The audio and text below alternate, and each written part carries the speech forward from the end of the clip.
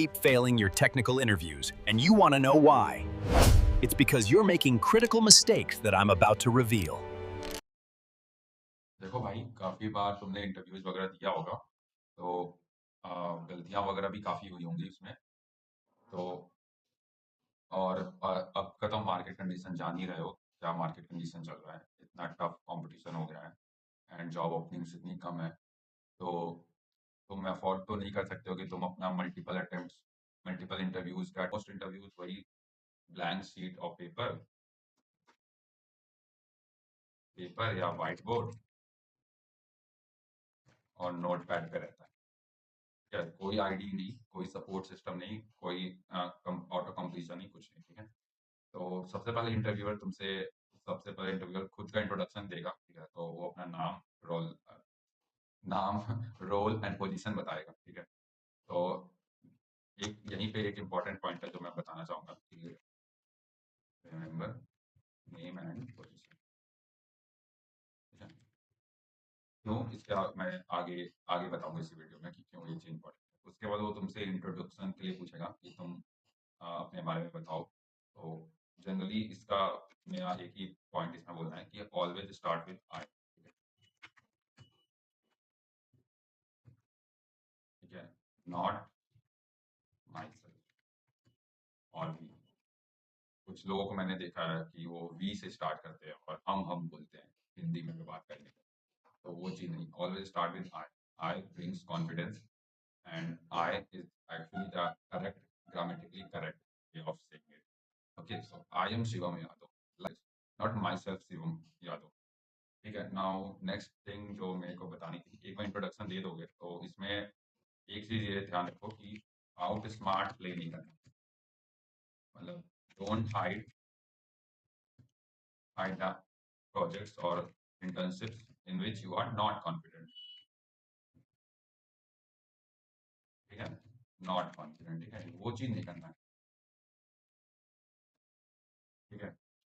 एक बार इतना हो गया प्रोसेस में, देन वो इंटरव्यू तुमको एक क्वेश्चन चिपकाएगा। चलो मैं भी एक क्वेश्चन चिपकाता हूँ।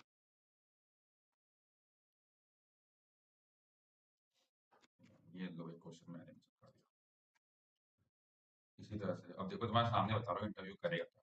यहाँ से सबसे पहले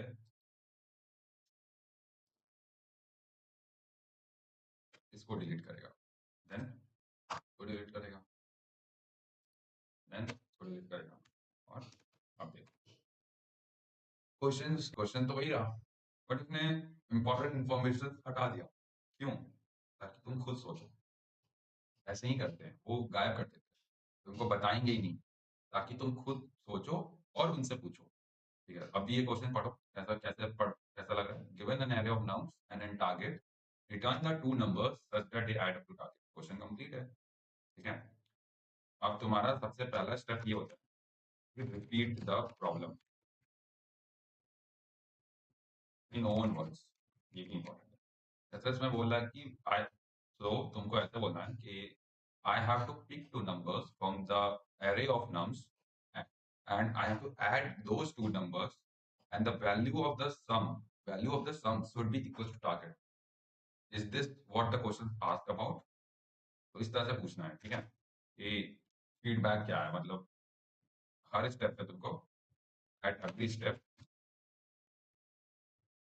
take feedback, ask that you understood the problem well, ask that the questions ask the questions about input output, ठीक है। इस तरह से तुमको फीडबैक लेना। अभी मैं आ रहा हूँ और चीजें पे आ रहा हूँ, ठीक है, मैं बताता हूँ। तो अब उसके बाद जब ये हो गया तो रिपीट प्रॉब्लम करना। एक जो मिस्टेक बता देता हूँ, ठीक है, क्या करना है वो मैं बता रहा हूँ, साथ में वो भी बता रहा हूँ कि क्या लोग गलत करते हैं, ठीक है। Never ever right code in first 10 minute, ठीक है, ये मत करना। अगर ये किए तो बस वही खत्म हो, क्योंकि इसमें अब अगर तुमने कह दिया तो इसका मतलब कि तुम्हें प्रॉब्लम पहले से आता था, तुमने सॉल्यूशन याद कर रखा था। तुम्हारी प्रॉब्लम सॉल्विंग एबिलिटीज दिखी नहीं इसमें, ठीक है। अब प्रॉब्लम रिपीट करने के बाद जो अगला स्टेप है वो है कि clarifying the question. Clarifying the question, अब इसमें क्या मतलब मैं कहना चाहता हूँ। अब जैसे मैंने तुम्हारे सामने डिलीट करा ना, तो तुम उनसे पूछो कि एरे ऑफ क्या है, डेटा टाइप, क्या है, इंट है कि फ्लोट है, फ्लोटिंग पॉइंट है, कि स्ट्रिंग्स है, तो कि नंबर्स स्ट्रिंग्स में भी मिल सकते हैं। ठीक है, तो पूछो कि इंट है, फ्लोट है, स्ट्रिंग है, किस तरह से है, बस उसके बाद उसी तरह वही पूछ लो स्ट्रिंग ये क्या ऑफ नम्स एंड टारगेट भी, ठीक है, दोनों पे पूछना। तो उसका नेक्स्ट स्टेप क्या रहेगा, नेक्स्ट स्टेप रहेगा तुम्हारा कि ये पूछ लिया, उसके बाद तुम ये पूछो कि एम्प्टी एम्प्टी एरे पे क्या है, प्लस वन एक हो जाएगा आंसर, और एक हो जाएगा 2 + 2, या एक हो जाएगा 1 + 1 + 1, ठीक है, तुम समझ गए। तो बस एक होता ही रहता है हमेशा। ठीक है, ओके, तो अब देखो इसमें ये पूछना है तुमको कि क्या मैं एक एलिमेंट को मल्टीपल टाइम्स यूज कर सकता हूँ। ठीक है, ये एक इंपॉर्टेंट चीज है, अगर ये चीज है तो ये भी पूछना। ठीक है, इतना पूछ लिया। अब उसके बाद मुझे और तो कुछ ध्यान में आ नहीं रहा है, जैसे तुमको हर चीज अलग अलग टेस्ट केसेस ट्राई कर करके पूछते रहना है। अब उसी तरह से सेम तुमको आउटपुट के लिए पूछना है कि आउट, ये तो अभी मैंने इनपुट की सिर्फ बात करी, आउटपुट में तुमको पूछना रहेगा कि क्या मुझे गिव ऑल द आंसर्स और जस्ट द फर्स्ट। ठीक है, एक ये और अदर चीज क्या रहेगी इसमें, और तो कुछ नहीं है मेरे ख्याल से। और तो हाँ, एक और आउटपुट में कि रिटर्न द इंडाइसेस और वैल्यू, ये चीज है। ठीक है, इस तरह से क्लैरिफाइंग क्वेश्चंस तुमने पूछ लिया, देन अगला स्टेप्स क्या है इसके बाद, क्लैरिफाइंग क्वेश्चंस पूछने का अगला स्टेप्स एग्जांपल्स, कि create a good and a bad example. अब जैसे कि इसमें एक गुड एग्जांपल तो 1 2 3 5, ठीक है, 6। अब मान लिया बीच में है, ये हो गया क्वेश्चन, अब तुमको टारगेट एरिया है 7, तो एक तो आंसर इसमें है कि 6 + 1, 6, और एक आंसर है कि 5 2 + 1। ठीक है, इस तरह मल्टीपल आंसर है, हमें तो मान लो उसने कहा कि एक ही आंसर है तो एक ही आंसर रिटर्न करना। ये केस हो गया, इसमें गुड और बैड एग्जांपल भी मैंने बात कर लिया। अब ये तो गुड एग्जांपल है जिसमें कोई ना कोई आंसर तुम रिटर्न करोगे। एक बैड एग्जांपल ले लेते हैं जिसमें कि हम कोई आंसर रिटर्न नहीं करेंगे। ठीक है, देखते हैं, जैसे कि सपोज करो मैंने लिया टारगेट = 12, तो अब ये 12 देखो, तो अब ये बन रहा है क्या, नहीं बन रहा है ना, 6 + 4 10 ही होगा, तो मैक्सिमम सम इसका 10 आ पाएगा, नो आंसर। ठीक है, एक बैड केस हो गया, एक गुड केस हो गया। अब ये जब तुमने केस ले लिया, एक बार गुड है और एक बार बैड, तो अब तुमको अगला है कि फाइंड पैटर्न मैच। ठीक है, पैटर्न मैच क्या लग रहा है, क्या हो सकता है इतने एग्जांपल्स रन करने के बाद ये। ठीक है, मान लो ये जो है, क्या लग रहा है कि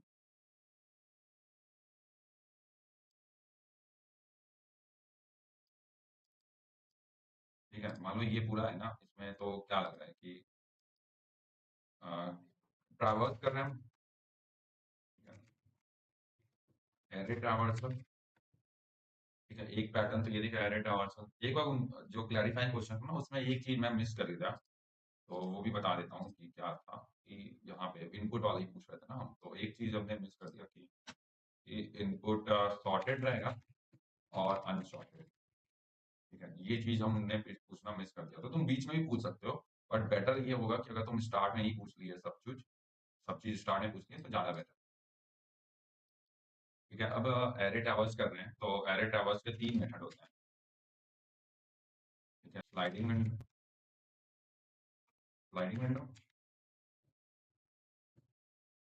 ठीक है, दूसरा हो गया तुम्हारा 2 पॉइंटर, तीसरा हो गया तुम्हारा प्रेफिक्स ऑफ। ठीक है, अब मैं तुमको सीधा बता दूं तो 2 पॉइंटर के भी 2 approach. J is adjacent, J is on the right and I on the left। ठीक है, ये वाला अप्रोच होता है ना कि दो बोथ एंड्स मैंने बोथ एंड्स पे रहते हैं पॉइंटर, और फिर वो धीरे धीरे अंदर जाते हैं, तो ये तो तभी होता है जब शॉर्टेड एरे रहता है। ठीक है? और यही सेम चीज तो आप बाइनरी सर्च में भी लगा रहता है। ठीक है, जहाँ पे 2 एंड से रहता है, मिड निकालते हैं, देन वो हाफ पे जाते हैं, याद आ गया। तो यही अप्रोच होता है एरे टावर्स का। ये पैटर्न मैचिंग में तुम देखोगे तीन ही मेथड है। तो अभी देखो क्या स्लाइडिंग विंडो लगेगा, तो तुम देखोगे कि स्लाइडिंग विंडो में नहीं लगेगा। स्लाइडिंग विंडो हमेशा कॉन्टिन्यूअस के लिए लगता है, ठीक है, कॉन्टिन्यूअस सब्सट्रिंग। इस तरह से पैटर्न होते हैं, तुम बोलोगे तो मैं पूरा डीएसए के पैटर्न पे भी वीडियो बना दूंगा कि कौन से पैटर्न के कैसे क्वेश्चंस होते हैं, तो तुम आइडेंटिफाई करना आसान हो जाएगा, ठीक है। बट अभी मैं तुमको शॉर्ट के लिए बता देता हूँ कि स्लाइडिंग विंडो नहीं लग पाएगा, टू पॉइंटर अप्रोच लग जाएगा, जे इज एडजेसेंट टू आई, ये वाला भी लग जाएगा। इसमें 1 और 2 देखो, एक पॉइंटर तुम्हारा जैसे कि 1 2 3 4 5, एक पॉइंटर 1 पे रख दो और सेकंड पॉइंटर जे वाला 2 पे रख दो।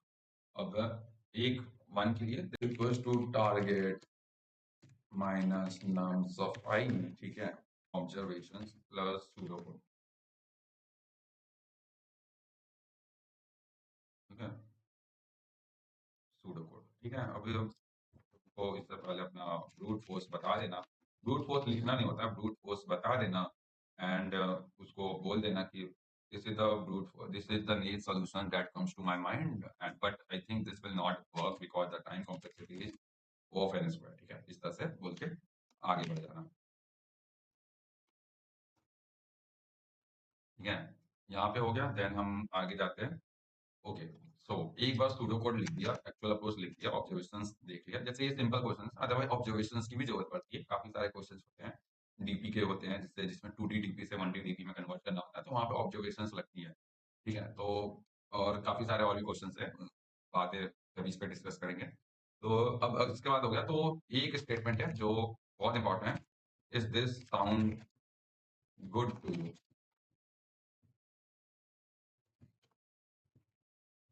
shall I start start implementation, ठीक है। जब तक ये लाइन नहीं बोले हो तुम, इससे पहले कोड एक लाइन ही मत लिखना, ठीक है।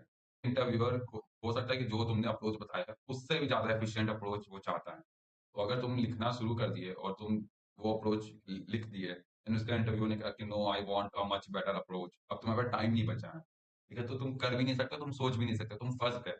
तो इसलिए जब तक ये लाइन ना बोल दो कि is this sound good to you, shall I start implementation, तब तक, और जब तक इंटरव्यूअर यस ना बोलते तुम एक लाइन भी कोड का मत लिखना, ठीक है।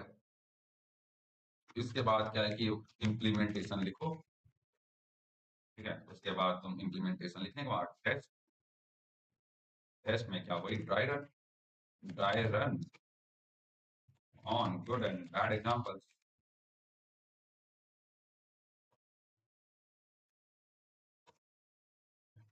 एनालाइज एंड ऑप्टिमाइज, ठीक है। यहाँ पे तुमको सिंपली क्या रहेगा, टाइम कॉम्प्लेक्सिटी बता देना और ऑप्टिमाइज कर लो, जैसे छोटे मोटे ऑप्टिमाइजेशन, जैसे कि पहले तुमने इफ एल्स बनाया, मान लो डिफरेंट लैडर टाइप का बनाया स्ट्रक्चर, ठीक है, बट पता चला कि नहीं, एल्स एल्स इफ की जरूरत ही नहीं है, एल्स में ही सारा काम हो जाएगा। या जैसे मान लो कि एक इस तरह का एग्जांपल दिखा देता हूँ,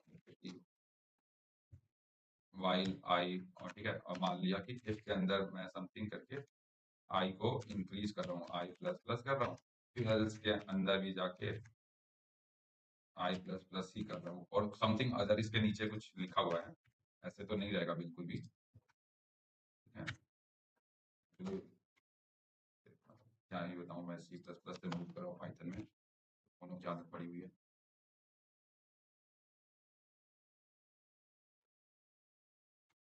ठीक है। अब ऐसे कुछ कुछ इसमें कोड लिखा रहेगा, बट दोनों जगह तो ये तुमको एक साथ ही बाहर निकाल दिया, फॉर को और ऑप्टिमाइज कर दिया, ज्यादा वेरिएबल्स हटा दिए, एक्स्ट्रा वेरिएबल्स, ठीक है, ये वो सब छोटे मोटे चेंजेस हैं। इम्प्लीमेंटेशन हो गया, देन एनालाइज ऑप्टिमाइज कर लिया हमने, ठीक है। तो बस ये था। अब तुमसे, हाँ, एंड में वो तुमसे पूछेगा, do you have any questions for me, ठीक है, एनी क्वेश्चंस फॉर मी। अगर उसने ये पूछा, वो जो कि पूछेगा, ये तो फिर वो एक पार्ट है इंटरव्यू का, तो बोलोगे यस, यस जो भी उसका नेम है, yes I have a question for you, ठीक है। और प्लीज यहाँ पे ये मत पूछने बैठ जाना कि have I done the interview, have I performed good in the interview, नहीं, this is a bad, this shows that you does not have a confidence, ठीक है। सो ये मत करना कि have I done good in my interview ना, ये नहीं। अगर बिल्कुल ही वर्स्ट केस तुमने दोनों कोड नहीं कर पाए, बोथ कोड नहीं किया, नॉट डन, अब तुम्हें पता है कि तुम रिजेक्ट हो रहे हो, तभी ये सवाल करना कि how how can I do better in my next interview, क्योंकि अब तुम्हें पता है कि तुमने खराब कर दिया, ठीक है, तभी कर सकते हो, otherwise I will not recommend कि तुम कभी भी ये सवाल करो। रेदर आई वुड, अगर तुम फ्रेशर हो तो ये सवाल कर सकते हो कि how was your first day when you joined this company, ठीक है। तो ये जो स्टेटमेंट है ना, ये जो क्वेश्चन है, ये this shows the excitement that you are interested in this role, ठीक है। या तुम ये पूछ सकते हो, how the day of a how this day of the fresher goes, what's the first day looks like. या या उससे उसके प्रोजेक्ट के रिलेटेड पूछ सकते हो कि जैसे एक ये चीज पूछते हैं लोग कि what is the on which project you are currently working on, है ना, ये पूछेंगे। तो अगर तुम्हें उस फील्ड में जेन्युइनली इंटरेस्टेड हो तो ही पूछो, एंड देन उनसे अच्छे से समझो, ठीक है। तो वो चीज है, अगर नहीं है तो वो क्यूरियोसिटी दिखा सकते हो, या तुम ये दिखा सकते हो कि you are genuinely interested in him.